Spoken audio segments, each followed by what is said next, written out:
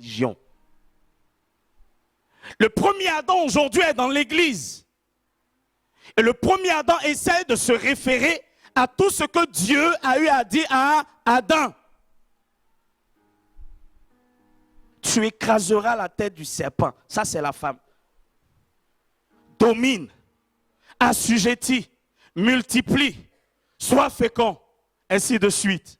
Et tout le monde se réfère à cela. Mais Adam lui-même a eu à perdre toutes ses paroles à cause de son péché.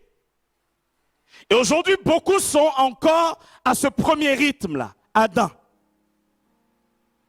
Le premier homme, la première créature des mains de Dieu.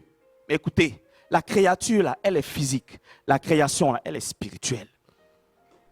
Et ça, je parle à quelqu'un. Le premier Adam, dans toute sa vie, va travailler à la sueur de son front. Non, ça va. Le premier Adam, dans toute sa vie, va faire ce qui dépasse ses capacités humaines. Il fera ce qu'il est capable de faire. Il va se battre pour réussir. Il devra se battre même pour se marier, c'est compliqué. Même pour avoir un enfant, in vitro. Le premier Adam va tout faire pour se mettre sous la loi du monde, de la servitude et de l'échec.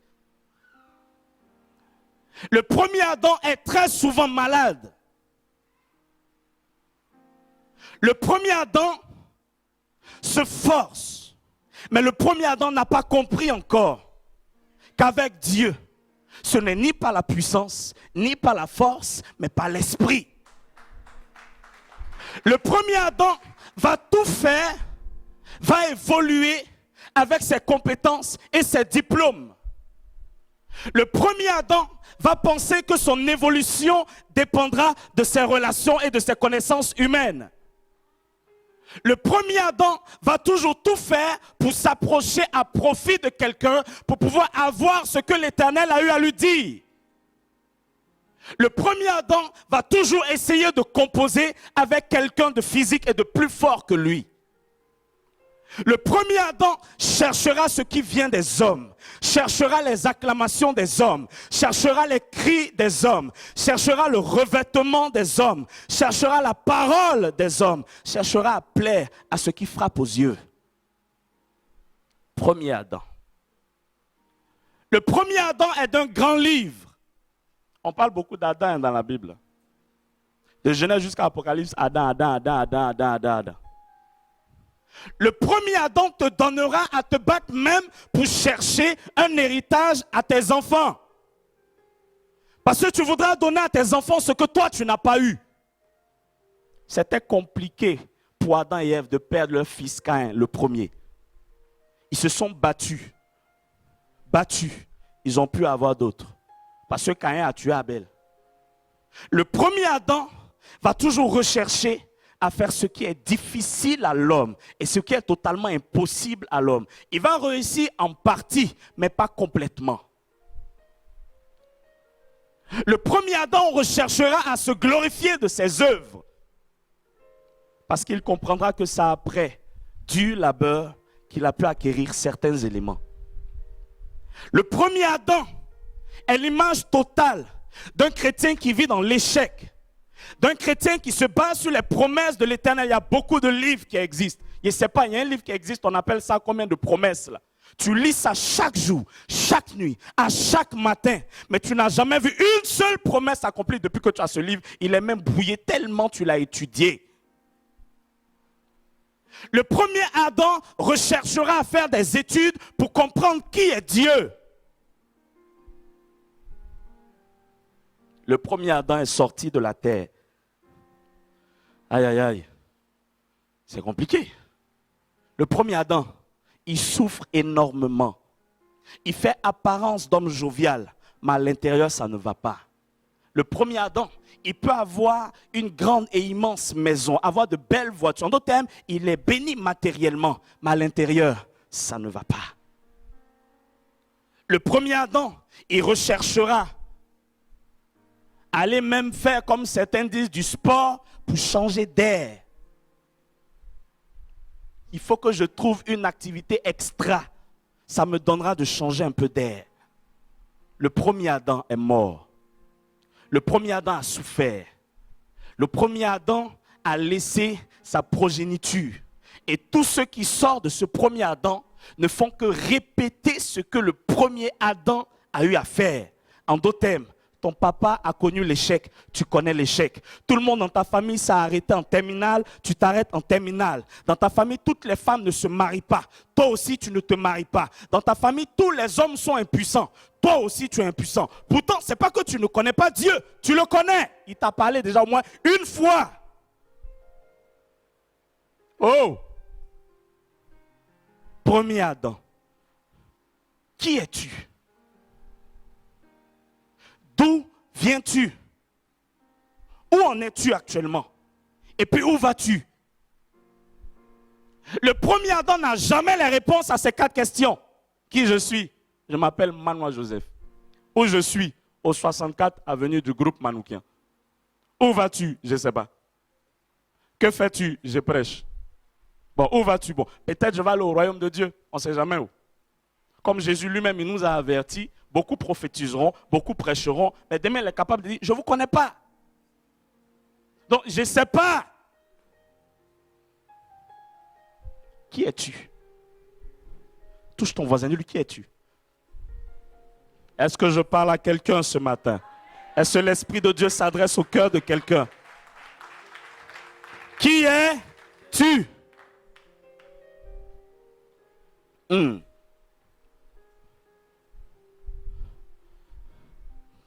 Qui es-tu? Où vas-tu? Tu te bats, tu fais tout, mais tu ne sais pas où tu t'en vas. Tu vis au jour le jour, parce que tu ne sais pas de quoi est fait ton lendemain. Aujourd'hui, tu n'as pas mangé. Tu ne sais même pas si demain tu auras à manger. Aujourd'hui, on ne t'a pas appelé pour le travail parce que tu es en intérim. Tu ne sais même pas si demain tu travailleras. Tu ne sais pas où tu vas. À d'en haut. Comme on le dit en Côte d'Ivoire, Yako. Le premier Adam a la tête baissée. Il regarde contre terre. Il y a trop d'enfants d'Adam actuellement. Il y a trop d'enfants d'Ève actuellement. Il y a trop de personnes qui ont considéré Christ comme quelqu'un de petit. Ils ont pensé que c'est le tout petit Jésus encore né il y a plus de 2000 ans, encore dans cette petite étable attrapée entre les mains de Marie. Tout le monde lui faisait des bisous. Mouah, mouah, mouah. Il a grandi, il a eu 12 ans. On ne le considérait pas encore. Il continue à évoluer à 30 ans. Jean-Baptiste le baptise. Il va dans le désert, il ressort. Il devient un homme glorieux, puissant. La Bible dit que sa renommée se fait entendre sur toute l'étendue de Jérusalem. On cherche à savoir qui il est. On cherche à savoir d'où il vient. On cherche à connaître son père ou sa mère. Et quand ils réussissent à savoir qui est son père ou sa mère, on dit c'est le fils de Joseph, c'est le fils de Marie.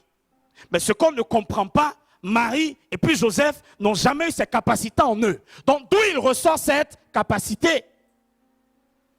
On est tous descendants d'Adam et Ève. Mais lui, il est descendant de qui? Joseph? Non. Marie? Non. On cherche à comprendre. Quelle est ta force? Quelle est ta source? Qui es-tu? Touche ton voisin, lui. Tu es qui? Alléluia.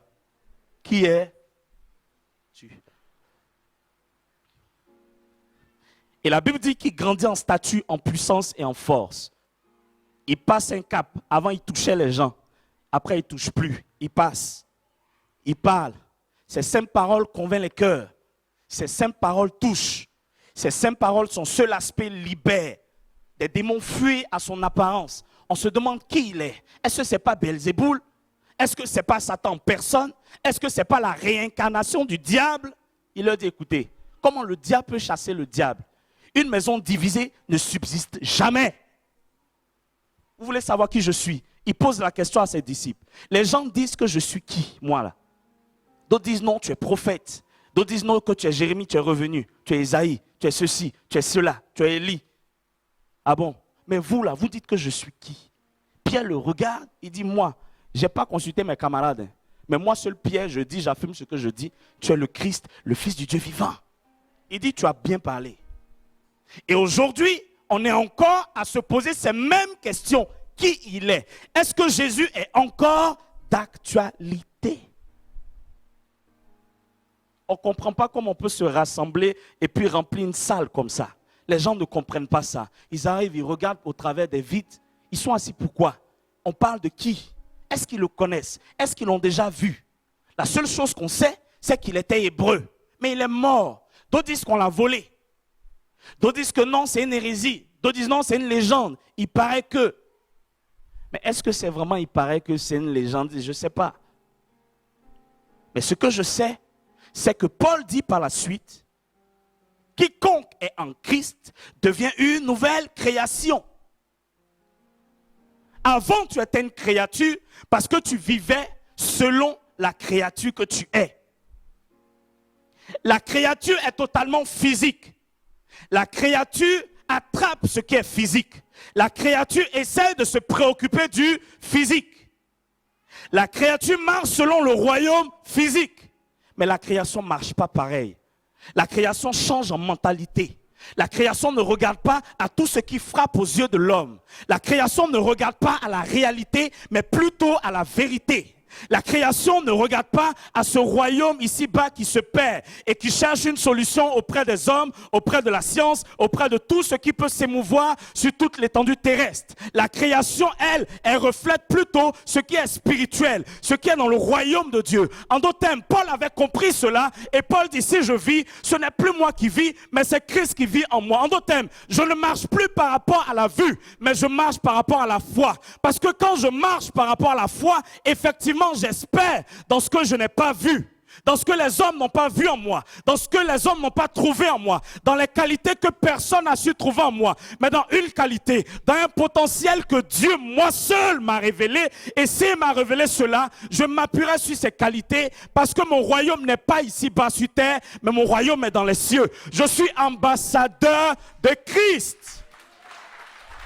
Et quand tu es ambassadeur de Christ, ta loi ne dépend pas de la loi des hommes. Ce que le premier Adam a vécu, toi, tu ne vas pas vivre. S'il a vécu l'échec, dis-toi que c'est dans le passé. S'il a vécu la maladie, c'est dans le passé. S'il a vécu le désarroi, c'est encore dans le passé. Il est mort. On ne peut plus rien faire pour lui. Aujourd'hui, ce que je veux te faire comprendre, change un peu de mentalité. Sache un peu qui tu es, de quoi tu es capable. C'est parce que tu n'as jamais encore connu Christ que tu vis toujours échec, échec, échec. Je ne veux pas dire par cela que l'épreuve n'existe pas. Mais une épreuve est là pour te faire grandir. Une épreuve est là pour t'imposer, pour montrer à l'humanité que ton esprit est forgé. Mais l'échec, là, c'est le premier Adam. On dit elle a échoué dans son foyer. Elle a échoué dans ses préparatifs de mariage. Ça, c'est premier Adam. Oh, Jésus, second Adam. Son origine, elle est inconnue. Ça me rappelle un homme, il s'appelait Élie le Tishbite. On ne connaît ni son père, ni sa mère. Et il arrive, il se présente devant un roi. Il dit ici, là, il n'y aura ni pluie, ni rosée, sinon à ma parole. Vous vous êtes jamais posé cette question, mais pourquoi Élie peut parler comme ça et le ciel et la terre obéissent? Quand tu es descendant du second Adam, quand tu es ressortissant de Christ, quand Christ vit en toi, dis-toi que toutes ces réalités ne peuvent rien te faire. Tu domines sur la réalité, tu domines sur la maladie. Tu domines sur l'échec. Si ton foyer est instable, il te suffit simplement de te mettre à genoux, de dire, écoutez, celui qui vit en moi est plus fort que celui qui est dans le monde. Et si le monde aujourd'hui est en train de me troubler, est en train de chercher une instabilité en moi, il suffit seulement que je me lève. Il y a des personnes comme ça, comme Anne. Pénina se moquait d'elle parce qu'elle enfantait. Pénina se moquait d'elle parce qu'elle avait une descendance. Mais Anne n'avait rien. Il a suffi qu'elle relate en elle, qui vit en elle, qui elle est. Et quand elle a pris sa position de fille de Dieu, de fille en Christ, effectivement à cette époque on ne parlait pas de Christ. Mais Christ était révélé à chaque instant et à chaque moment. Mais les gens n'avaient pas encore compris qui il était. Comment il s'appelle? Abraham. Christ s'était révélé à lui. Il prend son fils, il ne comprend pas ce que Dieu lui dit. Sacrifie-moi Isaac. Tu penses que Dieu est mauvais comme ça? Il te donne un enfant et puis il va te dire de le sacrifier. C'est en fait pour nous faire comprendre que la foi, là, elle est importante. Au début, Dieu va te faire comprendre qu'il essaie de te retirer ce que tu as. Mais ce n'est pas qu'il veut retirer ce que tu as. Il veut augmenter, il veut ajouter.